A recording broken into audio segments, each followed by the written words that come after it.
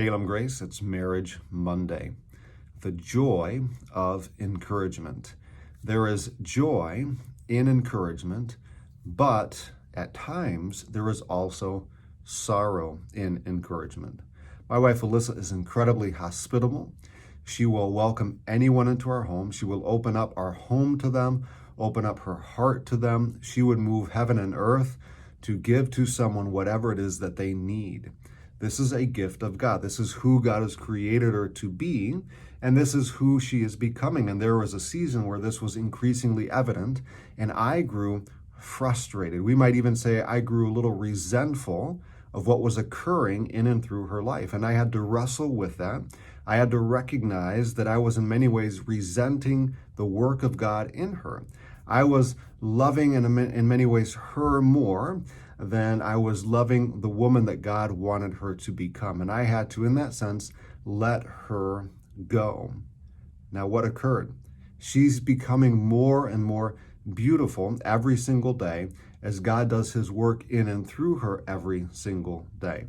And far from resenting God for what he is doing in her and who she is becoming through him, I rejoice in that more and more every single day.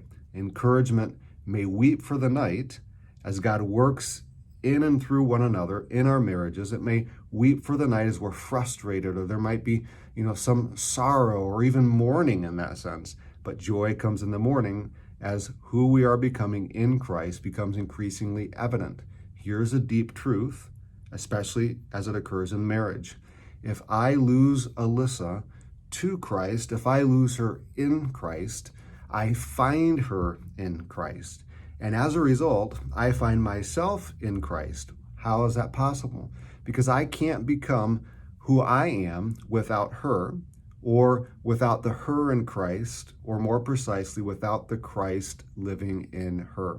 What more do I want for my spouse? What more do I want for Alyssa? But for Christ to come alive in her. And I want to encourage who she is becoming in Christ, who Christ is becoming in her, even if for a season it produces a sorrow within me as I battle back and forth with what it means for me. But the end result is that marriage becomes even more beautiful and more fruitful as we learn to encourage the work of Christ in one another.